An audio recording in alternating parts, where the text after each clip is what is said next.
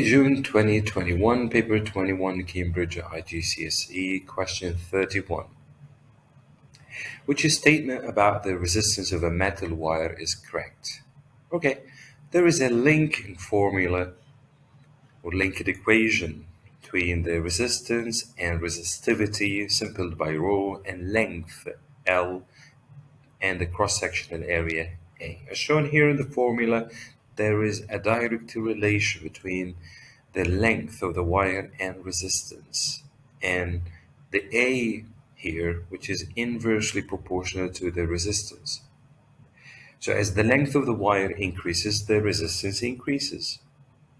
But in case of the cross-sectional area, the wider the wire, it means that the less electric resistance, and easily for the electric current to pass through the conducting wire.